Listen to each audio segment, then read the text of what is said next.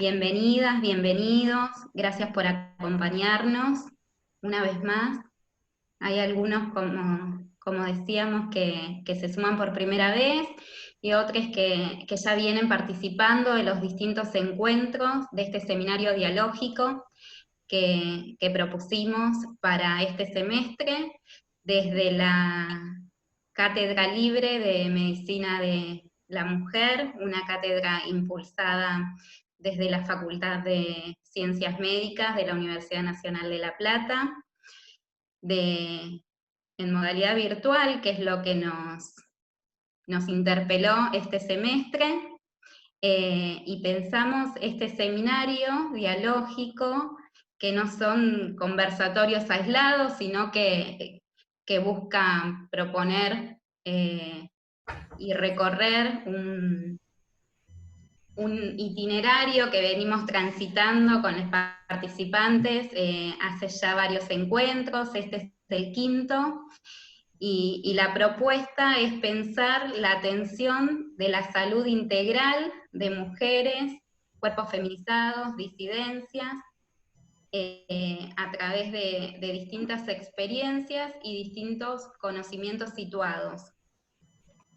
Lo pensamos desde un comienzo no como un seminario tradicional con clases expositivas y con bibliografía, sino justamente que la propuesta y el desafío era eso, poder recuperar saberes experienciales, y por eso pensamos los y las invitadas de cada encuentro. Y a partir de ahí fuimos viendo en los distintos encuentros las distintas dimensiones y los distintos ámbitos. Reflexionamos sobre la salud mental como dimensión subjetiva de la salud. Reflexionamos también sobre los modelos médicos hegemónicos y cómo eso sesga la atención y también la demanda de atención y de cuidado de las mujeres y las disidencias. Reflexionamos sobre las diversidades, sobre las estrategias de abordaje de situaciones de violencia de género. Y hoy nos encontramos en este quinto encuentro para pensar y dialogar entre todos sobre propuestas y desafíos desde la gestión del Estado, eh, desde la administración estatal, y nos acompañan para ello dos invitadas que queremos agradecerles muy especialmente que hoy puedan destinar parte de su tiempo para acompañarnos, para estar acá dialogando con nosotras y nosotros. Mara Monteagudo, por un lado, que pertenece a la Dirección Provincial de Salud Sexual y a la Dirección de Niñez y Adolescencia del Ministerio de Salud de la provincia, y además está coordinando actualmente a nivel provincial el plan de prevención de embarazo no intencional en las adolescencias. Ahora le vamos a dar la palabra para que ella nos cuente un poco más sobre sí misma y sobre el trabajo que está haciendo. Y por otro lado, Leticia Locio, no sé si lo pronuncio bien, Leticia, si no, corregime, Locio, es directora provincial de abordaje integral de violencias por razones de género del Ministerio de Mujeres, Políticas de Género y Diversidad Sexual, la ministeria, como algunos les llaman.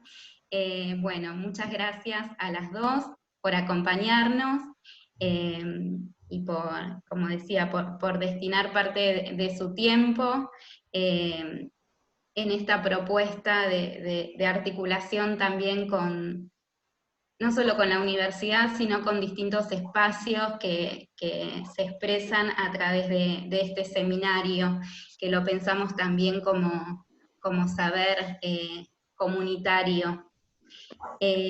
Bueno, antes de darles la palabra y comenzar a hacer por ahí algunas aclaraciones más metodológicas. Por un lado, recordarles que el encuentro va a estar siendo grabado para quienes no puedan participar de manera sincrónica, después que puedan retomarlo en nuestro canal de YouTube de la Cátedra Libre. Por otro lado, recordarles, como siempre, que el espacio es una invitación al diálogo, así que vamos a estar rondeando por distintos ejes temáticos, pero pueden en cualquier momento tomar la palabra, o el que prefiera puede también hacer preguntas en el chat, y habilitamos también ese espacio de diálogo, o podemos ir recuperando con mis compañeras de cátedra que me acompañan, las preguntas que ustedes hagan para que puedan las invitadas retomarlas. Y bueno, y ahora sí, dichas estas aclaraciones, empezamos con el diálogo, si les parece, con el primer eje, invitando a Mara y a Leticia a reflexionar. Y no podíamos dejar de pensar las propuestas y los desafíos desde la gestión sin el atravesamiento de la pandemia, y cómo eso impactó en la salud integral de mujeres y disidencias. Y en ese sentido, bueno, preguntarle a las dos, o invitarlas a pensar qué problemáticas específicas surgieron, emergieron en este contexto de emergencia sanitaria y de aislamiento, o qué problemáticas que ya estaban reconocidas se profundizaron o se agudizaron. Mara, si querés comenzar. Bueno, muchas gracias, Lore, muchas gracias por la invitación a participar de estos espacios tan ricos de encuentros y de construcción colectiva, ¿no? De conocimiento. Yo me pedías algún tipo de referencia de mi trayectoria o de mi historia, digamos, personal. Yo soy médica, soy ginecóloga. Hasta diciembre de este año, del año pasado, estuve en el territorio, que recorrí toda mi trayectoria compartiendo la asistencia y algunas actividades de gestión y de capacitación, perteneciendo a los programas nacionales de salud sexual y de adolescencia, pero sobre todo nunca dejé la asistencia, el contacto directo. Es la primera vez que estoy solamente en actividades de gestión. Así que bueno, me tocó justo llegar a la gestión en la pandemia, así que así debuté en estas instancias. Y la verdad es que si bien puedo dar cuenta, recién iniciada esas gestiones de este tiempo, ¿no? Que fue muy intenso, porque en realidad fueron meses que parecen siglos habiendo atravesado la pandemia, también puedo tener una dinámica de una mirada también desde el territorio, digamos, ¿no? Una fresca digo porque lo abandoné hace poco, una mirada que todavía me acompaña desde el territorio. Y lo traigo a colación porque es interesante, digamos, esos recorridos en la gestión también, ¿no? Este contacto también es interesante. La pandemia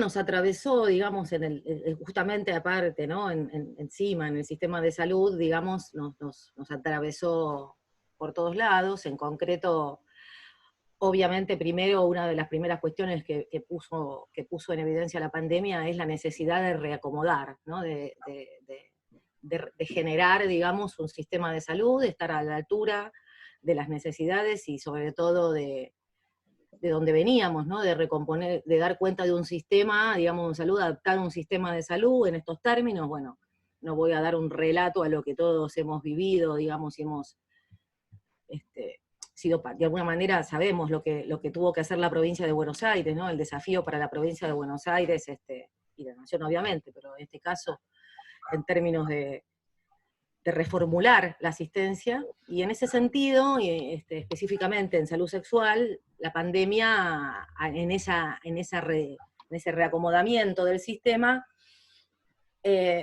puso en evidencia algunas cuestiones, ¿no?, que tienen que ver con la garantía de los derechos sexuales y reproductivos, el aislamiento, la imposibilidad, digamos, de concurrir a los servicios, puso en evidencia o dio cuenta de desigualdades, de diferencias de acceso, de diferencias de características y de calidad de los servicios, digamos, más allá de todo lo que había que reconstruir o recomponer. La pandemia nos puso, digamos, puso en evidencia sobre todo estas cuestiones, ¿no? Las mujeres, que en términos de salud sexual y reproductiva, sobre todo, o teniendo en cuenta el acceso, por ejemplo, a la interrupción legal del embarazo, el acceso a servicios de anticoncepción, a las consejerías, digamos, se vieron limitadas porque los servicios se adaptaron específicamente al COVID, y si bien se dictaron, o sea, se establecieron rápidamente, pudimos establecer la necesidad de prácticas esenciales que no podían ser diferidas, el aislamiento generó igual dificultades en ese acceso. Por otro lado, también puso en evidencia, en términos de algunas prácticas como la interrupción legal del embarazo, que había, es decir, las colectivas como las socorristas, que daban cuenta, ¿no?, que daban respuesta desde a interrupciones legales del embarazo, al acceso a la interrupción legal del embarazo, no se les hacía difícil, las socorristas no se podían trasladar, no podían dar cuenta de ese acompañamiento, pese a todo lo que han adaptado ellas. También puso en evidencia la necesidad, hizo mucho más evidente la necesidad del Estado en esa respuesta, digamos. Ellas que cumplieron un rol concreto, que aunque el Estado puedan seguir, tienen ese rol todavía, puso más en evidencia esta necesidad de una necesidad de que estuviera el Estado ahí presente para dar respuesta a estas situaciones, en términos de interrupción legal, de acceso a anticonceptivos, al acceso a espacios de consejerías. También fue muy dificultoso para las mujeres, no solamente encontrar espacios que pudieran dar respuesta, porque estaban adaptados al COVID, sino también lo que significó el acceso, la circulación de las mujeres, el hecho de digamos, que no pudieran movilizarse, ¿no es cierto?, que no pudieran llegar a los espacios porque no podían tomar un medio de transporte, porque les pedían no alcanzaba, digamos, con un permiso, etc.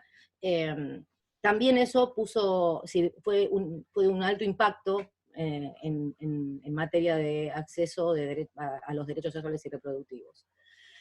Por otro lado, en otro grupo, digamos, también lo que surgió, lo que determinó el aislamiento, fueron las situaciones de violencia, digamos, y de abuso, ¿no es cierto? El encierro generó que muchas mujeres estuvieran en contacto con sus propios agresores, situaciones concretas de abusos sexuales en niñas, ¿no? El tema del embarazo, ¿no?, como la consecuencia del embarazo, eso también se puso muy en evidencia, digamos, eso estaba silente y ocurrió siempre, pero ahora eso también dio cuenta, ¿no es cierto?, de esta situación de embarazos no intencionales en la adolescencia, frutos de la violencia sexual.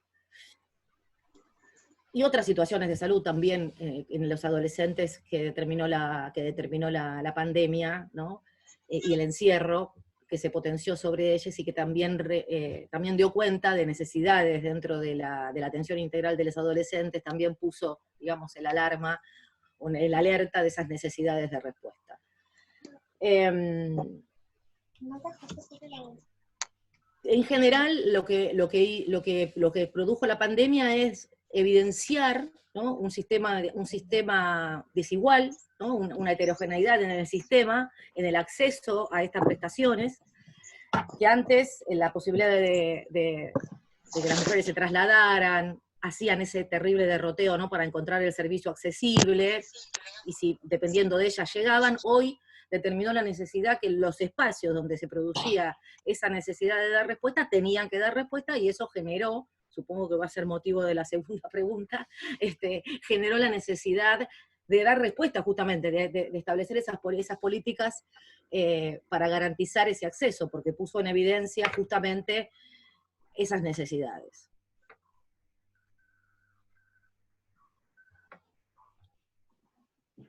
Bueno, ahí decía tomo la Mara palabra. por ahí. para retomar, me parece como transversal esto del aislamiento también como pérdida de lo comunitario, de esas redes comunitarias de contención y también como emergencia o profundización de algunos peligros, de algunos riesgos, no sé cómo definirlo, pero estas desigualdades que están también al interior de los hogares y que se profundizaron. Claro. Ya no sé qué nos podés decir sobre eso. ¿A mí me está preguntando otra vez? No, a Leticia le estaba dando perdón. No se había la palabra. escuchado. Ya, bien. Sí, bueno, justamente esto que señala Mara, digamos, fue como la primera hipótesis que planteamos desde la ministeria, cuando ahí recién naciendo la ministeria nos encontramos con que el COVID nos venía a trastocar la vida a todos y a todas, ¿no? La hipótesis nuestra tenía que ver con que se iba a producir un agravamiento de las violencias, con que iba a ser mucho más compleja la posibilidad del pedido de ayuda y esto que señalaba Mara, ¿no? El acceso de las mujeres y de las personas LGTBI más a los servicios de atención necesarios para poder obtener las respuestas. También entendíamos que el acompañamiento sin la modalidad presencial iba a ser otra dificultad a enfrentar. Así que, bueno, lamentablemente estas hipótesis que fuimos formulando después del recorrido por la vigencia del ASPO, la fue confirmando, ¿no? Algunas cosas fueron igual cambiando dentro del periodo de la cuarentena, que son fenómenos interesantes también para pensar y que creo que tienen que ver con esta posibilidad que tuvimos, en principio vamos a hablar acá como Estado provincial, de dar respuestas y de pensar alternativas de respuestas diferentes para el abordaje de las situaciones, ¿no? Que creo que ese fue como el gran desafío con el que nos encontramos todos frente a este contexto, ¿no? Un dato que les menciono, solamente al principio del ASPO bajaron las denuncias por violencia. Nuestras alertas se encendieron mucho más porque entendimos que no era que había disminuido la violencia, sino que justamente era un indicador de estas dificultades en el acceso que mencionaba Mara y que yo suscribo absolutamente. En la medida en que se fueron estableciendo, por ahí esto lo desarrollamos después en el segundo eje, pero lo menciono, en la medida que se fueron estableciendo las articulaciones necesarias, volvió a incrementarse el índice de denuncias, con lo cual ahí pudimos ver cómo, a partir de poder armar de forma articulada, a partir de un trabajo en red, intersectorial, respuestas diferentes frente a las violencias, bueno, algo de este impacto que nosotras suponíamos que el aislamiento iba a generar, pudo ir siendo, digamos, atenuado o atendido, por lo menos con esas nuevas respuestas y estrategias que surgieron.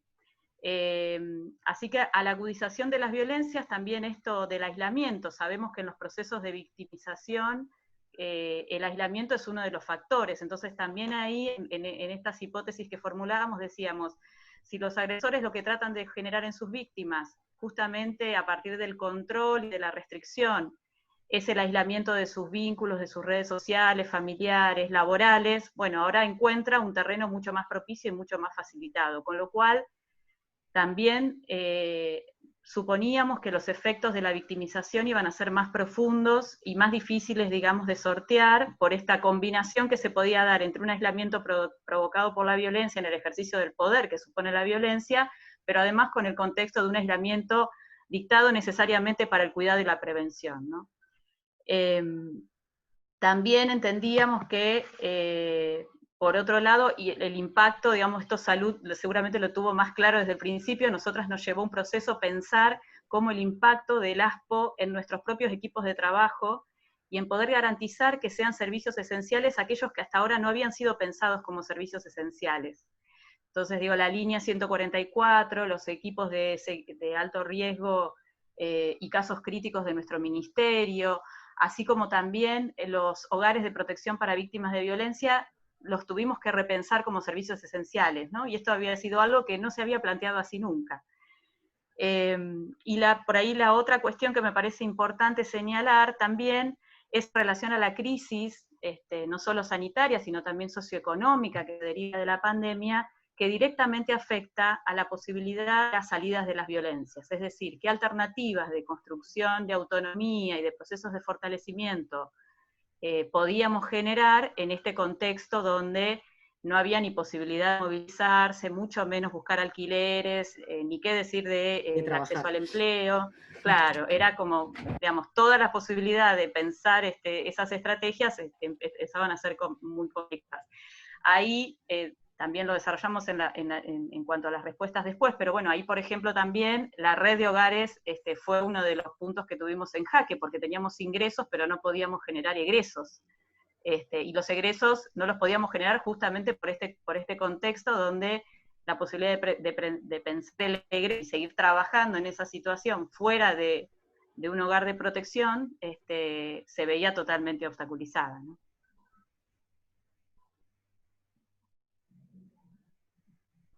Y las escuchaba, bueno, muchos puntos en común. Me parece que eso habla también de la relación y la interconexión entre los distintos organismos de una misma gestión provincial. Y pensaba y un poco también recuperando esto que pone una de las participantes en el chat, que la situación potenció la capacidad de articulación entre consejerías de la sociedad civil y del sistema de salud. Bueno, me parece que esto de rearmarse, de reacomodarse, que decían tanto Leticia como Mara, y de pensar nuevas estrategias adaptadas al aislamiento, tuvo que ver con eso, con pensar todos los recursos disponibles y ponerse a trabajar de una manera casi artesanal, pero a su vez con decisiones políticas, digo, esto que decía Leticia de declarar determinados servicios como esenciales, habla no solo de una estrategia de armado, sino de decisiones políticas que más pronto o más tarde, pero se pensaron, se advirtieron y se avanzó en función de eso. Por ahí, sí, para seguir con el siguiente eje, si nos quieren contar un poco en función de esos desafíos, cuáles fueron las estrategias o las medidas que se tomaron pensando en seguir garantizando la salud integral de las mujeres en este contexto. Y también, acá, bueno, no lo podemos pensar disociado, ¿no? Pero cómo la perspectiva de género aportó a ese armado transversal de las políticas y a pensar el cuidado, que se volvió como un imperativo en el contexto de emergencia sanitaria y de aislamiento, cuidarse y cuidar al otro. Pero bueno, ¿cómo pensamos también el rol de las mujeres dentro de ese contexto desde las políticas públicas? Yo iba a decir justamente eso, que todas estas estrategias o todos esos pensamientos justamente se basaron en una línea política, en una decisión política, fueron sustentadas por una decisión política determinada. Digamos, yo decía que la pandemia, todo lo que nos habíamos puesto a pensar cuando llegamos a la gestión, ¿no? Y teníamos que, para desencadenar en 4 años, lo tuvimos que hacer en un mes. Nos decimos, bueno, todo esto que habíamos pensado ya lo tenemos que poner en práctica, ¿eh? Y ahí nos embarcamos, pero sí creo que en ese sentido, digamos, la decisión política, ¿no? Por ejemplo, que fue previa a la pandemia, pero marca un camino donde lo primero que hace el Ministerio de Salud en conjunto con el Ministerio de las Mujeres es adherir al protocolo, ¿no? Al protocolo para la interrupción legal del embarazo. Esa línea, ¿no? Esa línea, y la segunda es la compra del misoprostol, digamos, para garantizar ese acceso, para que efectivamente los equipos tengan el insumo, para que las mujeres puedan acceder a la práctica, y en ese sentido también, como la dirección, específicamente, hablando del Ministerio de Salud, decide renombrar y cómo diseña una nueva estructura, también da cuenta de hacia dónde íbamos a ir en la pandemia, ¿no? Cómo la pandemia después determinó esas estrategias que tuvimos que desarrollar, donde se decide hablar de una dirección de equidad de género, ¿no? Y se separa, ¿no? Si se toma la línea de la dirección de equidad de género en salud, ya no se habla más, ¿no? Y la dirección de perinatología y la dirección de adolescencia, de niñez y adolescencias, da cuenta también de un rumbo, digamos, de una decisión política determinada. Las estrategias en la pandemia en ese sentido fueron justamente esto que decía también Leticia, declarar prácticas esenciales, ¿no? Decir, bueno, las prácticas esenciales son la práctica de ILE, la del acceso a métodos anticonceptivos, van a ser prácticas esenciales, pero como en la pandemia tenemos que desarrollar en este sistema de salud, donde los equipos tenían esas características que sabíamos que teníamos que, digamos, que fortalecer para justamente garantizar ese acceso, bueno, tuvimos que entrar en una serie de decisiones políticas para justamente disparar y mantener o garantizar esas prácticas esenciales.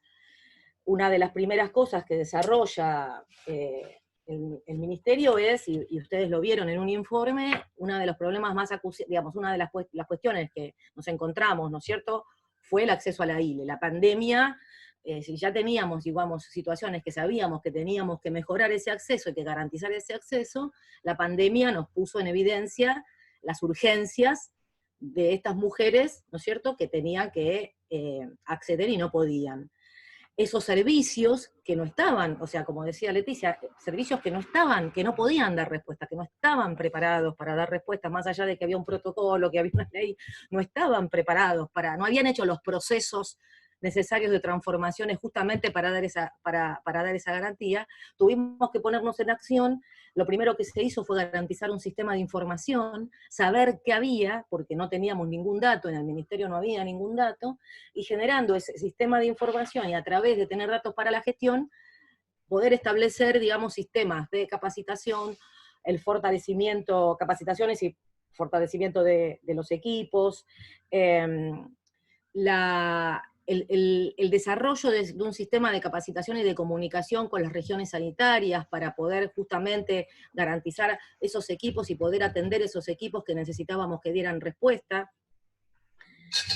Y nosotros pensamos, yo antes estábamos hablando un poco esto con Leticia antes de entrar, que justamente haber pensado la gestión, digamos, pensarlo desde de una gestión feminista, equitativa, igualitaria, ¿no es cierto? Esa manera de pensar la gestión transformada en acción en pandemia fue lo que marcó, ¿no es cierto?, ese rumbo. Nosotros en ese sentido se desarrollaron rondas de gestión, nosotros recién venimos, Lore, de participar de rondas de gestión como un instrumento político de construcción de saberes, ¿no es cierto?, de circulación de la palabra, un poco esto que estamos haciendo, en esas rondas de gestión después para abordar, digamos, una estrategia de implementación, pero primero discutiendo, ¿no es cierto?, poniendo en tensión los conceptos, convocando a otros espacios. Nosotros en las rondas de gestión también hicimos rondas de fortalecimiento regional, donde convocamos a la sociedad civil, donde participamos con socorristas, con la red de profesionales por el derecho a decidir, donde nos acercamos a la comunidad, donde necesitamos escuchar las voces de las mujeres para poder acompañar estos procesos, para poder garantizarlos. En ese camino, si bien falta un montón y fuimos reconociendo los problemas, una vez que fuimos recibiendo la información y nos acercamos a través de las redes de los referentes de las regiones a tener datos para la gestión, si bien nos encontramos con situaciones, digamos, problemáticas, pudimos a lo largo de la pandemia, en estos meses de pandemia, con ese acompañamiento y con esta gestión, mejorar la calidad de servicios, ¿no es cierto?, aumentar la cantidad de espacios de respuesta y tener un contacto con el territorio, un contacto activo con el territorio a través de las regiones sanitarias, justamente para seguir avanzando en estas necesidades y en estas políticas. Hoy, digamos, la construcción sigue siendo en términos de rondas, en términos de fortalecimientos de esas rondas regionales y esas rondas de gestión.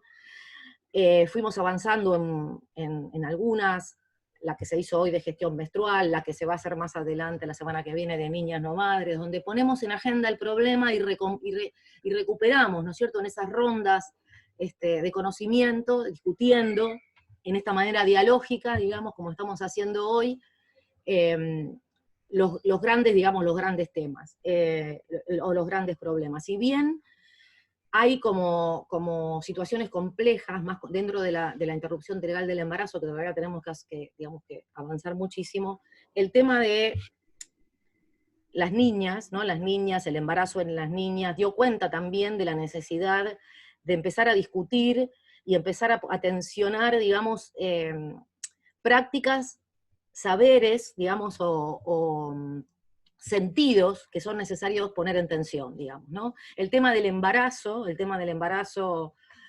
como función y destino, el tema de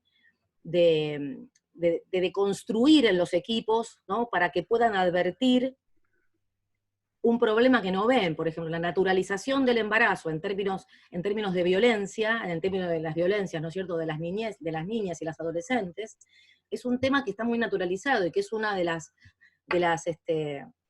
las cuestiones que nosotros necesitamos abordar, digamos, en manera urgente, y la pandemia puso en evidencia estas situaciones. Y como decíamos también, el hecho de ese acercamiento con los equipos, hoy hablábamos también al principio, dio cuenta también de un Estado que estaba presente, digamos. Hoy tenemos equipos y tenemos espacios en el territorio que se convocan, ¿no es cierto?, que se preguntan y que nos convocan al ministerio, y eso también da cuenta, aunque parece, a veces uno tiene, ¿no?, cuando evalúa en términos de algo tan dramático como fue la pandemia, y donde siempre parece que falta, que hay un Estado que está dando cuenta de una decisión política, y que de alguna manera los equipos lo saben. Ahora, me parece que trajo Leticia un tema que es fundamental, que es ver qué pasa con esos equipos,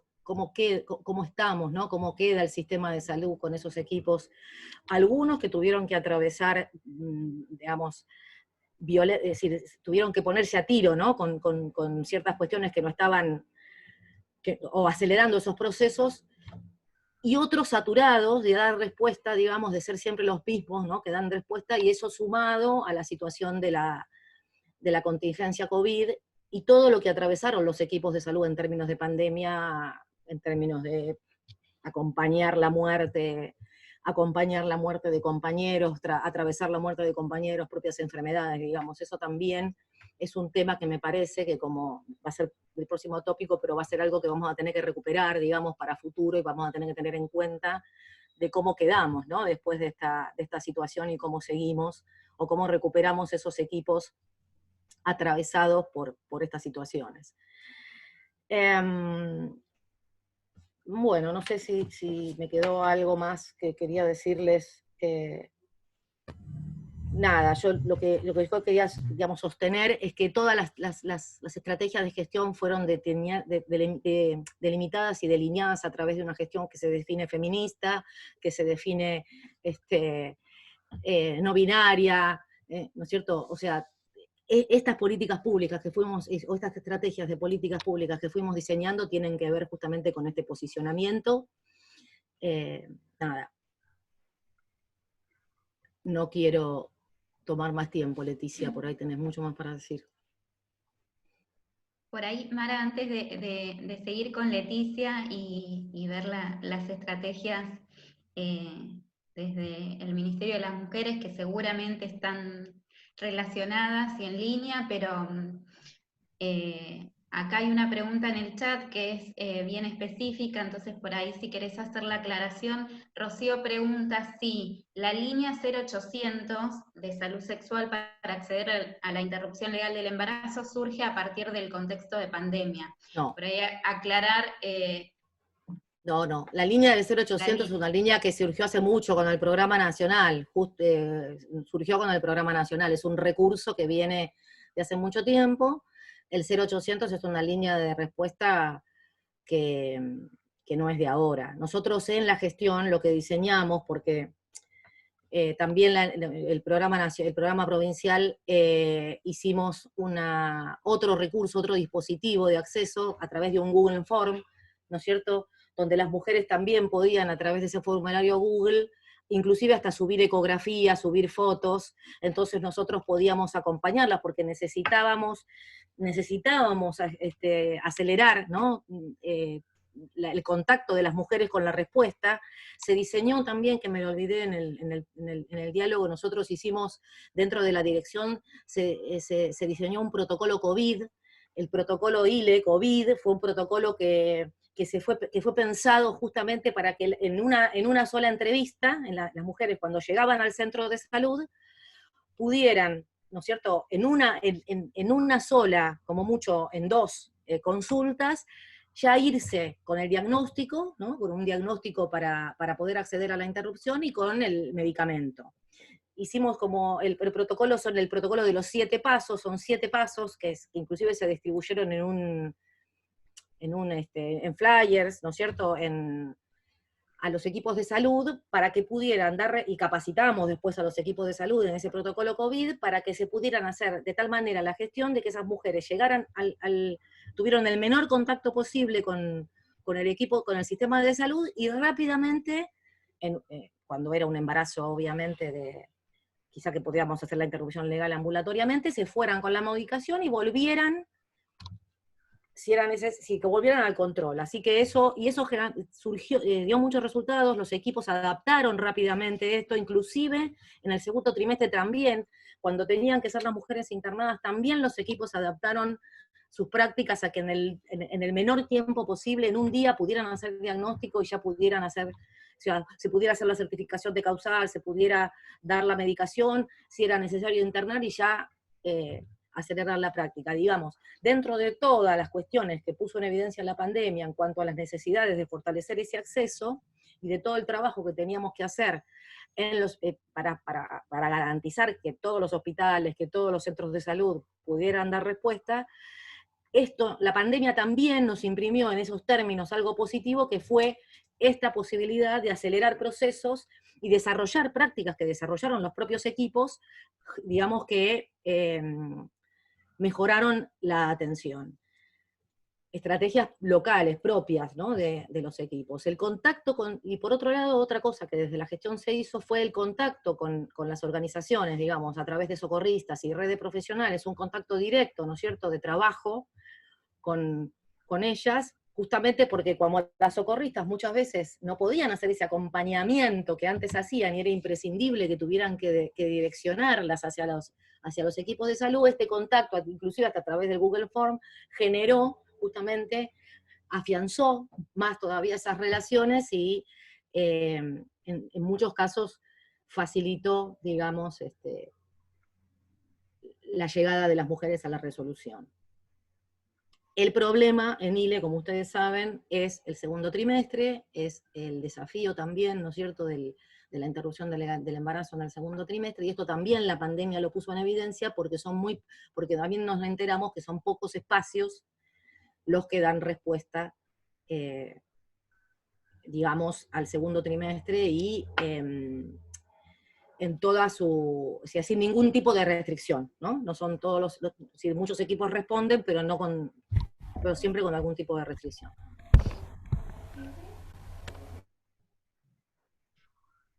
Sí, creo que son herramientas y estrategias nuevas o novedosas, y también la recuperación de algunas herramientas históricas como la línea de salud sexual, que vuelve a ponerse a disposición, digamos, de la comunidad o como herramienta. Leticia, si querés contarnos respecto a estas estrategias, un poco algo nos adelantabas, pero contarnos sí, las distintas estrategias que se tomaron desde el Ministerio de las Mujeres. Por ahí sumaría a esto que marcaba Mara de la impronta de la gestión, digamos, la territorialidad, la proximidad, la cercanía, Me parece que recuperar esto de el feminismo llegó a la gestión y no solo a la ministeria, y eso me parece que es un dato muy importante porque a los fines de lograr las articulaciones y de construir los acuerdos de trabajo, los hacemos a una velocidad mucho mayor que si no fuera... yo cuando empecé en la ministeria decía, esto es un encuentro, porque una UNE se iba encontrando, reencontrando con algunas, encontrándose con otras, conociéndonos, pero digamos, esa pertenencia y ese posicionamiento que vos decías, ¿no? La perspectiva de género, que es un posicionamiento claro en términos éticos e ideológicos. Nosotras estamos explicitando desigualdades, explicitando las relaciones de poder y opresión que el patriarcado sostiene, y también estamos, desde esa perspectiva, promoviendo un pensamiento crítico que no solo tiene que ver con revisar teorías y conceptos, sino con revisar las relaciones institucionales y personales. Y de ahí, digamos, a la acción política que transforma realidades. Me parece que esto es importante señalarlo porque hace también a los lineamientos, creo yo, de la gestión, que son bien claros y que no son producto del azar ni de decisiones individuales, ¿no? Me parece que claramente en el proceso de construcción de nuestra ministeria, que fue simultánea la construcción al tener que dar respuesta, esta es una impronta muy clara, ¿no? Y me parece que en la articulación con las compañeras de otros ministerios eso también se percibe muy rápidamente. Dicho esto, contarles que nuestra ministeria propone un sistema integrado de políticas públicas, que este sistema integrado supone la integralidad de la que veníamos hablando, la interinstitucionalidad e intersectorialidad, y también lo interjurisdiccional, es decir, esta posibilidad de trabajar también con el Estado en los niveles municipales, para poder fortalecer los equipos de trabajo, para poder pensar nuevas estrategias de abordaje, incluso los supuestos en relación al abordaje de las violencias, y acá quiero hacer una salvedad porque también, así como en salud, bueno, Mara lo podrá explicar mejor que yo, pero digo, en violencia también uno puede posicionarse y hablar desde distintos lugares, ¿no? Y me parece que venimos de una gestión de los años anteriores donde la violencia era entendida en términos victimizantes. La persona que sufría violencia era alguien que había que proteger, alguien que había que poner a resguardo, y ahí terminaba la cosa, ¿no? No había discusión sobre el acceso a derechos, sobre la transformación de las condiciones materiales de vida, ni sobre los entramados sociales, culturales, económicos que sostienen las violencias contra las mujeres y contra las personas LGTBI+. Entonces me parece que también ahí es importante plantearlo como eje de trabajo, porque de ahí también se desprenden las estrategias que fuimos pensando. Nosotros encontramos un instituto al que tuvimos que redefinir, repensar desde esta lógica que yo decía, de una mirada distinta sobre las violencias. Estamos en la construcción de este concepto de las violencias por razones de género, para no quedarnos restringidas o restringidos a la violencia que sucede en el ámbito doméstico y de la cual son víctimas las mujeres cis, y poder empezar a pensar en todas las formas de violencia que afectan a las personas por su pertenencia a un género. Así que bueno, en esa línea y con ese, digamos, desde ese punto de partida, empezamos a trabajar con la línea 144, fortaleciéndola, incorporando nuevas operadoras, implementando capacitaciones, revisando los protocolos de actuación para poder poner en tensión estas prácticas que venían ligadas a cierta forma de violencia y no a otras, pensando la necesidad de generar un espacio de atención primaria telefónica para la diversidad. En el contexto específico de la pandemia, suponíamos también que era necesario habilitar otras líneas de comunicación, y ahí apareció el WhatsApp y el Telegram. Digamos, si está conviviendo con el agresor, tal vez no puede hacer una llamada telefónica, pero puede enviar un mensaje, entonces nos parecía que era una herramienta interesante. Desarrollando materiales comunicacionales, de manera de que la línea pudiera llegar como un recurso, digamos, a los distintos lugares. Hago una salvedad porque tal vez no todos y todas sepan, la línea 144 es una línea nacional, pero Provincia de Buenos Aires tiene su propia línea con su propio equipo de operadoras y coordinadoras, y es una línea que está disponible 24 horas al día, los 365 días del año. Esta línea estaba, digamos, fue muy afectada por la gestión anterior, las trabajadoras precarizadas, sometidas a regímenes de trabajo que nada tenían que ver con un abordaje de las violencias en profundidad, Así que bueno, estamos en una tarea de reconstrucción muy, muy ardua, muy profunda. Y bueno, no solamente se incrementó el número de llamadas exponencialmente en el periodo del ASPO, sino también se incrementó el número de llamadas por violencia de género. Y esto para nosotras también es un indicador de que estas estrategias comunicacionales, para poder posicionar a la línea como un recurso, han ido dando resultados. Es decir, la línea aparecía, por ejemplo, si uno iba a utilizar un cajero del Banco Provincia, o también aparecían materiales que desarrollamos desde las ministerias y repartíamos con los bolsones del alimentario escolar en una articulación con educación. Si nos pareció que era un recurso que en el contexto de la pandemia y en esto que decíamos, que el aislamiento impida estar conectadas, era un recurso privilegiado, digamos, fortalecer la línea. También trabajamos fuertemente con la red de hogares. La red de hogares de la provincia de Buenos Aires está compuesta por hogares dependientes de los municipios, y hay hogares que dependen de nuestro ministerio, son hogares para situaciones de personas que atraviesan violencias por razones de género, y allí además obviamente de pensar protocolos específicos para que pudieran continuar funcionando en el contexto del COVID y que pudieran tomar las medidas de precaución.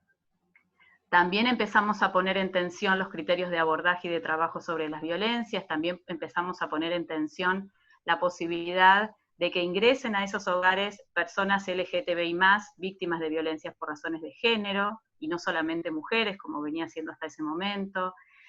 Bueno, entre otros varios aspectos, digamos, de los protocolos, también incorporamos en el cuerpo de trabajadoras, de operadoras, operadores de los hogares, el cupo travesti trans. Entonces, bueno, y lo mismo que en la línea, es decir, fueron distintas medidas que se fueron dando, también acelerándose tal vez, como decía Mara, líneas de trabajo que íbamos a desarrollar de todas maneras y que la pandemia nos puso en otra, digamos, en otro tiempo, ¿no? Y fuertemente también nos parecía importante recuperar el rol de los acompañamientos en violencia de género, que son estos acompañamientos que se realizan en la proximidad, en los territorios, que son llevados adelante por organizaciones feministas, por organizaciones sociales, por organizaciones territoriales. Así que se trabajó en una guía de abordaje y se implementó una serie de encuentros de capacitación y de formación en relación a esa guía de abordaje.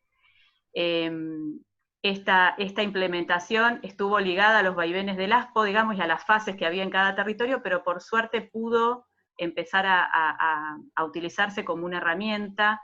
Y participamos del programa bonaerense Solidarios y Solidarias, que tenía un módulo específico en relación a los acompañamientos de violencia, y ahí nuestra ministeria desarrolló los materiales de comunicación, pero también está trabajando, digamos, en el acompañamiento de esos grupos de trabajo que se generaron en el programa. Bueno, creo que hasta acá me quedan las mesas locales, pero pienso que es más del próximo eje, las mesas locales intersectoriales. Sí, yo por ahí lo que queda, bueno, por ahí también es el próximo eje todo el desarrollo que hicimos en términos intersectoriales, que también fue otra cosa que quizás ahí un poco el hecho de Lenia, ¿no? El plan del embarazo no intencional en la adolescencia, que está pensado, es un plan nacional, pero que está pensado en forma intersectorial, del que participan no solamente es decir, salud, sino que también participa desarrollo, educación, digamos, eso nos permitió en este recorrido, ¿no? de implementar el plan, la relación muy activa, ¿no? y nos dio, nos agilizó este trabajo intersectorial que hoy está muy aceptado y que además desencadenó otros procesos, como por ejemplo, es decir, dio cuenta, es decir, nos pusimos a trabajar acá veo compañeras que están en la mesa de abusos y violencia contra las niñeces y adolescencias, un trabajo intersectorial muy interesante que nos permitió trabajar junto con la Dirección de Niñez y Adolescencia y junto con la Dirección de Niñez de Salud Sexual. Y también el ejemplo de Lenia, que justamente porque nombraste las mesas locales territoriales, que justamente esa fue una implementación que hicimos para implementar el plan, justamente para implementarlo a nivel local, el desarrollo de estas mesas territoriales, fue otra de un modelo de gestión para tener en cuenta y poder trasladarlo, digamos, desde los municipios seña a el resto de un modelo de gestión en la provincia de Buenos Aires, ¿no? Las mesas locales territoriales.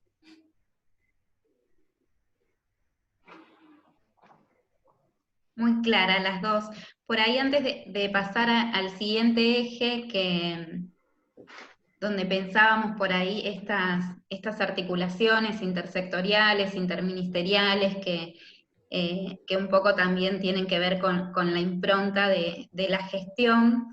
Quería volver a algunas cuestiones que salieron de lo que ustedes contaban, me parece cuestiones en común que tienen que ver con no solo adaptarse a la emergencia sanitaria y al aislamiento, sino hacer como una reconstrucción institucional, por decirlo de alguna manera, desde la perspectiva, ¿no? Las dos mencionaban esto de imprimir una gestión feminista, que un poco salía también en el chat, esto de la horizontalidad, de pensar en la diversidad, y digo, desde pensar los nombres y cómo renombrar los distintos organismos, que es algo que mencionaron las dos, y también acompañar a los equipos en los abordajes. Me parece, nada, quería rescatar eso porque es algo que me parece tienen en común. Y después pensar también, cuando hablaban de los equipos, algo que estuvo en agenda todos estos meses, que tiene que ver no solo con el cuidado, sino con cuidar a los que cuidan. Y en este sentido me parece que tiene que ver un poco con eso, ¿no? Con acompañar a los que acompañan y a los que gestionan, y pensar también a la gestión atravesada por todas estas problemáticas. Sí, acompañamiento, uno de los ejes, el acompañamiento de los equipos fue uno de los ejes también digamos, de la gestión en salud sexual, la necesidad de ese acompañamiento. Acompañamiento que creo que los equipos reconocieron, ¿no? Yo que justamente vengo del territorio, cuando los equipos se comunican, cuando los equipos piden, ¿no? Y dicen que tenemos esta idea o queremos esto, necesitamos esto, eso da cuenta de algo que hicimos, ¿no? Que realmente estamos presentes, porque es algo que no sucedía porque no era algo que se nos ocurría a los equipos en el territorio, pero además porque ni siquiera se nos ocurría que podían tampoco darnos respuesta, como decíamos hace un ratito. Esa presencia la pudimos percibir en esta gestión, nos damos cuenta de estas necesidades que además los equipos, cuando hay una gestión presente, inmediatamente aparecen, ¿no? las necesidades. Uno que siempre piensa o tiene por ahí un pensamiento medio negativo en ese sentido, los equipos cuando dieron cuenta de esa gestión, digamos, inmediatamente estaban ávidos de conectarse, de participar, rondas de gestión y rondas de fortalecimiento regional donde había 200 personas y terminábamos con 180, digamos, después de 2 horas de haber trabajado, gente llena, o sea, conectados a una pantalla con los equipos de protección personal en el propio territorio, digo, ¿no? Esa ida y vuelta que era necesario, ¿no? Desde la gestión, de ese contacto con el territorio. Eso yo creo que es una conclusión terminando el año de esta pandemia, que de alguna manera, más allá de todo lo que falta, esto creo que se tradujo, soy consciente de lo que falta en los equipos. Sí, quería preguntar, Lore, no sé si me escuchas. Sí, se te escucha bien.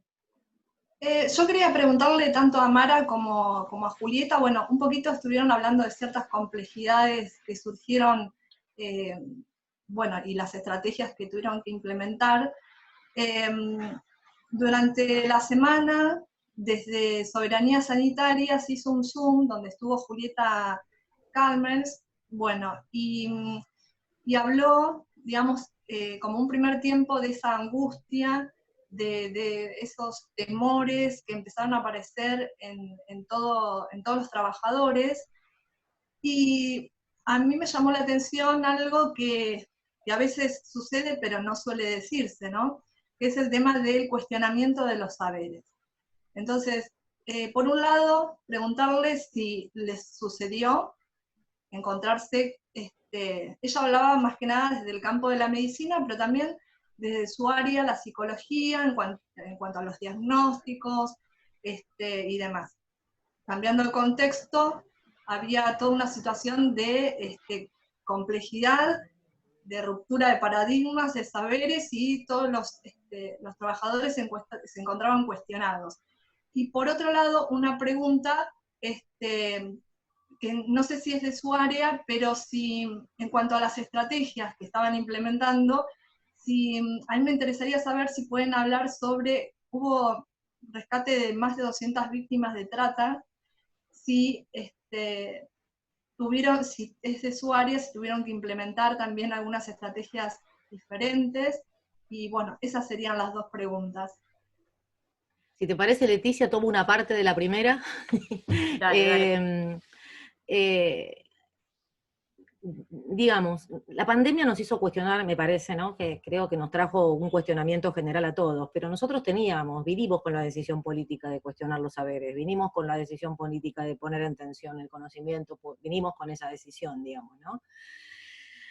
Y en términos de salud sexual me parece imprescindible, digamos, justamente tensionar esos conceptos, ¿no es cierto?, tensionar esos sentidos, esos saberes, y de construir nuevas narrativas. Nosotros, justamente convocando a las rondas, a la construcción, a la circulación de la palabra, eso generó, es una decisión política de gestión, ¿no? Es decir, es una necesidad. La pandemia, digamos, tomando como todo, ¿no? Porque no solamente, hoy justamente pusimos en tensión un concepto como el de salud menstrual, ¿no? Empezamos a hablar de gestión menstrual, de salud menstrual. Digamos, estamos decididas a que esos procesos se produzcan. Yo entiendo que la pregunta viene, interpreto que la pregunta viene en términos, si lo ponemos al médico, en la necesidad de la vulnerabilidad, ¿no? De enfrentarse con algo vulnerable, esta medicina que por ahí siempre parece que tiene respuestas y que de golpe no tiene ninguna, y que se encuentra en una tremenda incertidumbre, y en ese sentido tiene que atravesar esa pandemia. No puedo decir... Por ejemplo, te comento, ella dio un ejemplo que decía, bueno, trabajadores con una trayectoria larguísima no podían diagnosticar una neumonía, ¿no? A ese punto de confusión. Ella hablaba de un personal de salud muy angustiado. Bueno, ese es el campo de la medicina. Quizás por ahí otras cuestiones que tienen que ver más con el área de trabajo de ustedes, ¿no? Por eso lo ponían en términos de la vulnerabilidad, porque si no vamos a hablar del modelo médico, ¿no? Ese modelo médico que no tiene fisuras y que necesita es decir, que pretende esas respuestas, ¿no es cierto? Y esos saberes absolutos, y que tiene esas verdades, claro, que impactó, y en algunos puntos, mi familia son todos médicos, y salvo yo que estaba en la gestión, pero todos los demás estaban en el territorio, y sin dudas eso generó procesos personales. Por eso digo que van a tener que ser atendidos, porque hoy no podría darte una respuesta. Eso sucedió. Para analizar todo ese proceso uno puede hacer hipótesis, pero me parece que va a ser un punto que vamos a tener que tomar, ¿no? Que retomar. Hoy la pandemia nos llevó a la urgencia de estar en la acción. Pero sí, yo, esto es una reflexión personal que hago con vos ahora en esta pregunta. La pandemia nos puso en un lugar que no es habitual, por lo menos para los médicos, que es el lugar de la duda o de esto de la incertidumbre, ¿no? Porque, digamos, nada, medio como de un paradigma de formación, porque en realidad, por eso te digo, quizás nosotros que venimos con esta impronta, que venimos a cuestionar, que venimos a poner en tensión, no, pero en general en el campo médico estas seguridades, la pandemia fue como una revolución, digamos, ¿no? En particular, además, a un equipo que tiene que dar respuesta sí o sí, o sea, que no tenía mucho tiempo para pensar tampoco, ¿no? Sí. Los miedos estaban, te puedo asegurar que estaban, muchos miedos, había muchas cosas que sucedían, pero tenía que estar ahí, digamos. Eso es una evaluación que nos queda para el después, me parece. Lo que sucedió no se dejó de mirar, digo, ¿no? Es decir, por eso te digo que eso se trataron de acompañar a los equipos. Por ahí, en términos de salud sexual, son prácticas más específicas que no tienen que ver quizás con otros profesionales de la salud que estaban en otro tipo de tareas mucho más complejas. Pero también pasó que tuvimos que desarrollar prácticas a las que no teníamos, porque hubo anestesistas que tuvieron que ir a hacer triage, por ejemplo. Bueno, cómo sería interesante pensar eso, tomar esto, digamos, incorporar esa discusión, tomar estos ejemplos, que no son tan habituales en la medicina, que son necesarios, ¿no? Para que esos profesionales, para que esos saberes se cuestionen, ¿no? Y se repregunten o se reposicionen con la salud, y que redimensionen eso, que en general en el trabajo cotidiano no hacemos esos tiempos, ¿no? No hacemos esos stops para pensar el trabajo y para pensarnos en ese sentido. Ojalá que podamos, digamos, hacer esas reflexiones y esos cuestionamientos. En definitiva, creo que eso fue una impronta que es lo que entiendo que pasó en el sistema. Ahora, cuestionar, nosotras estamos decididas, ya te digo, a llevar a esas preguntas y a cuestionar saberes y a deconstruir prácticas historizadas, ¿no? Y sobre todo en términos de salud sexual. Me parece que es imprescindible, por eso yo traía lo de las rondas como herramienta de gestión que nos damos en la gestión. Cuando tenemos algo que hacer en la gestión, en el ministerio, en la dirección, hay que hacer una ronda con esto, ¿no? Y vamos a rondear ahí, y vamos a poner en circulación el conocimiento para pensar políticas de gestión. Lo de la trata te lo dejo, Leticia, quizás tenés datos. Ahí en el chat decían, la ministeria es un logro del movimiento feminista, de los encuentros, y creo que las rondas también tienen que ver con eso. Sí. La segunda pregunta de Luciana era sobre la trata. No sé, Leticia, si podés aportarnos algo. Yo quería retomar antes esto del impacto que señalaba Luciana del COVID en las trabajadores para señalar que nosotras teníamos, previo, digamos, al COVID, que poder visibilizar y reconocer el impacto del trabajo con las violencias por razones de género, que era lo que no estaba ni reconocido ni visualizado, y en realidad habíamos empezado a generar propuestas que en el marco también del ASPO fuimos dándoles una mayor velocidad. Siempre entendiendo que el trabajo desde lo colectivo es lo que va a dar los mejores resultados. Entonces tratamos de promover espacios de encuentro entre las trabajadoras, tratamos de generar espacios de escucha individual para aquellas que lo requirieran, espacios de supervisión interna y externa con dispositivos grupales, coordinados por algunas especialistas en relación a estos abordajes, espacios donde poder repensar la propia tarea, la propia práctica y también el atravesamiento de este contexto tan complejo, ¿no? Digo en relación a la línea porque ese ámbito también incluyó a los hogares y también incluyó a la otra dirección provincial que es de casos críticos y alto riesgo, digamos, ¿no? Pero bueno, menciono la línea puntualmente porque tal vez es como más evidente ahí donde queda la sobrecarga de un servicio que está en un funcionamiento permanente, ¿no? Así que bueno, estos espacios que nosotras veníamos pensando en relación al cuidado de aquellos que trabajan en relación a las violencias, en este caso además tenían otro atravesamiento que también claramente se evidenció. Y en relación a la cuestión de trata, sí mencionarte que la Dirección Provincial de Casos Críticos y Alto Riesgo conformó un equipo para trabajar en trata y hay mesas de articulación desde el primer momento con el programa de rescate de víctimas de trata de la provincia de Buenos Aires, que depende del Ministerio de Justicia. Esas articulaciones tienen que ver desde facilitar el ingreso a alguno de los hogares de la red, hasta la articulación entre los equipos para el acompañamiento, hasta la gestión con otros ministerios para el acceso a recursos. Es una articulación que la estamos construyendo. No tengo yo, porque no es directamente de mi dirección provincial, los números, pero sí hemos intervenido en muchas situaciones, y sí en esta idea de articulación entre los distintos organismos que intervienen, ¿no?, en las situaciones de trata. También ahí nosotras nos estamos dando una tarea de, no solo de conformación del equipo, sino de pensar alguna línea específica de trabajo que aborde esa particularidad, digamos, de las violencias, que es la de las víctimas de trata, y también por ahí contar cómo tampoco digamos, el funcionamiento de los dispositivos de protección integral para víctimas de violencia tenían una serie de restricciones, por ejemplo, esto del ingreso de víctimas de trata. Esto es algo que lo tuvimos que trabajar también con las operadoras y los equipos de los hogares, entonces ahí también se dio una atención y una reflexión y un cuestionamiento, y poner la mirada y poder pensar en conjunto, bueno, cómo vamos a trabajar con estas situaciones, qué tipo de respuestas estamos en condiciones de dar, qué es lo que nos falta. Así que es una de las temáticas que también se incorporó para la discusión, ¿no?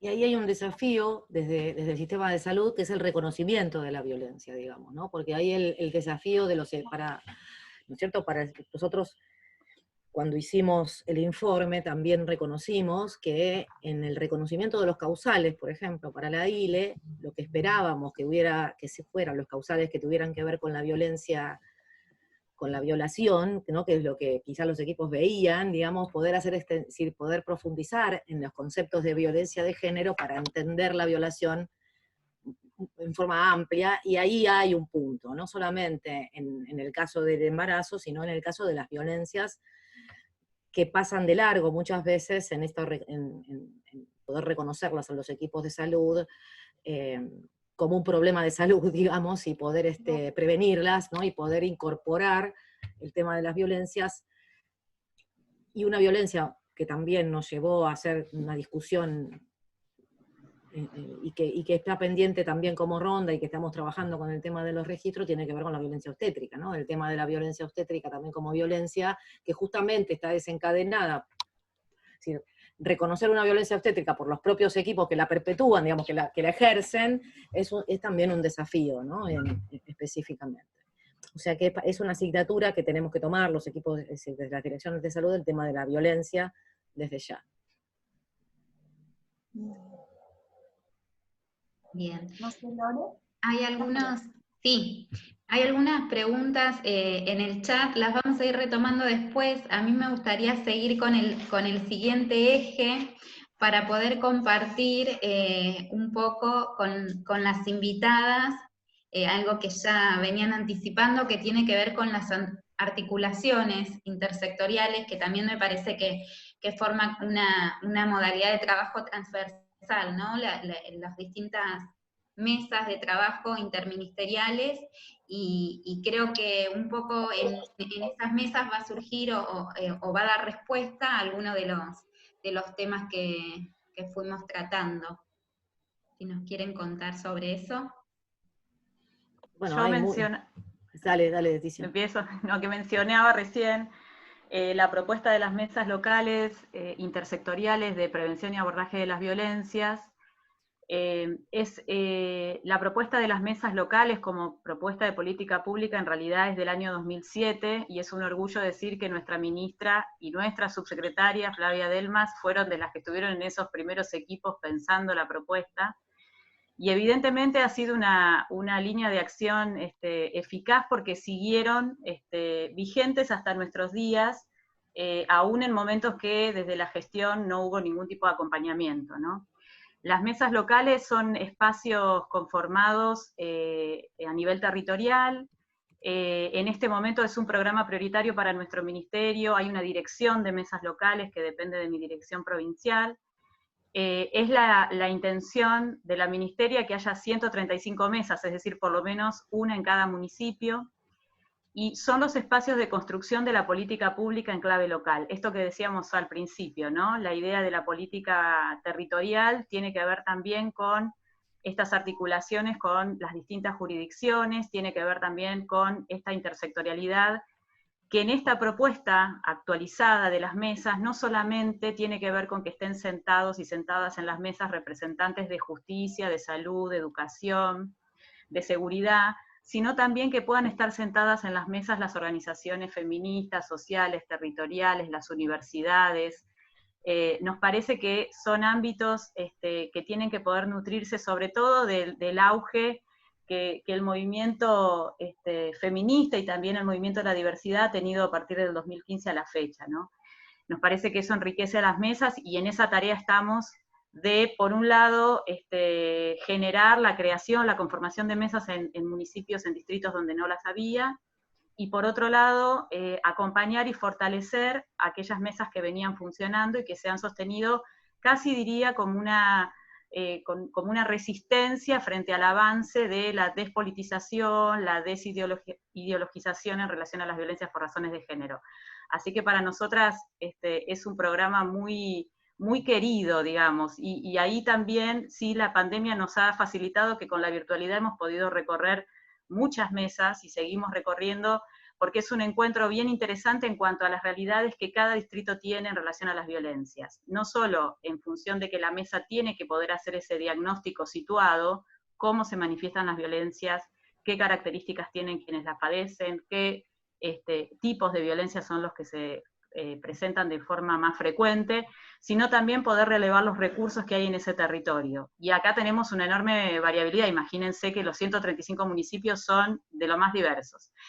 Y también la construcción y la revisión, ¿no?, permanente de lo que es la hoja de ruta, ese recorrido que tiene que ver con las decisiones y con las acciones que las personas que atraviesan violencia van tomando para poder salir de la violencia. Y que, como ustedes saben, se da un diálogo, digamos, con las respuestas que va recibiendo en ese recorrido. Y ahí tenemos factores impulsores y factores inhibidores.